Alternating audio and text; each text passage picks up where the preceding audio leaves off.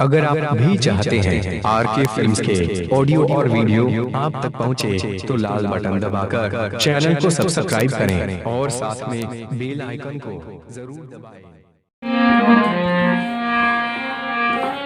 कब के करा पर काम देव के पान चल जाई, कब कब ना घड़ी परिमान भैरव बन के लुभाई।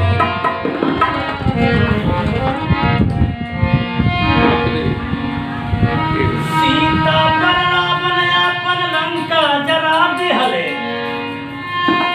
कि तारा पर बाली अपनी जत गवा दिहले। छल कैले विष्णु सती तुलसी बेचारी पर, महिषा मरा गईल दुर्गे भवानी पर। उधल भागल गुरुजी के नारी पर, कीचक मरा गईल पांडवा के नारी पर।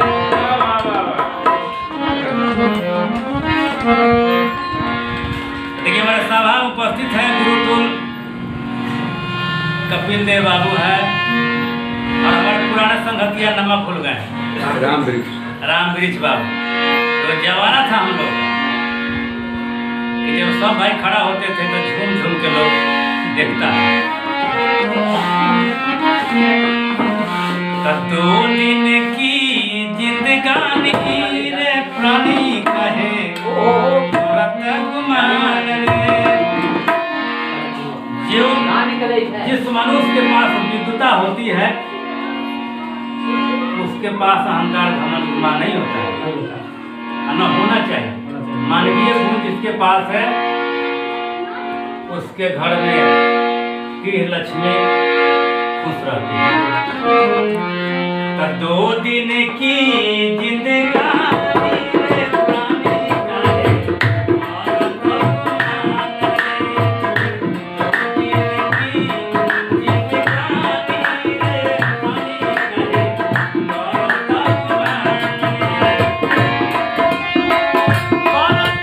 रे।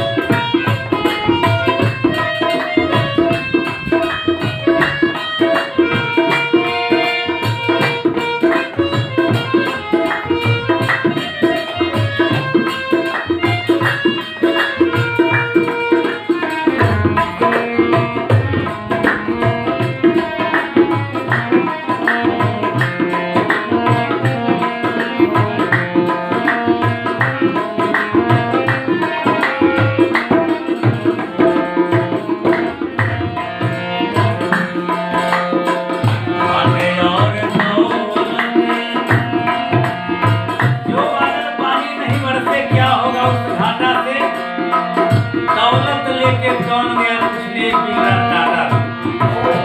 इस धरती पर दौलत सब छोड़ के गया है, लेके नहीं गया।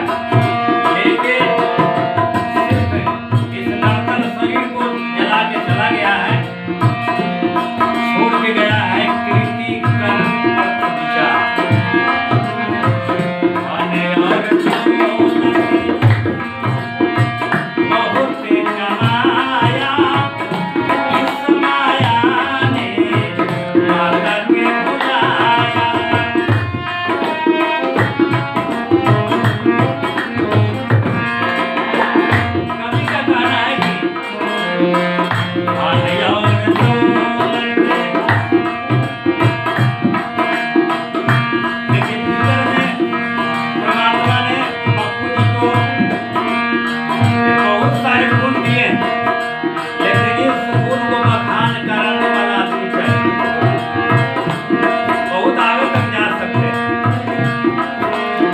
जोड़ी चाहिए जोड़ी।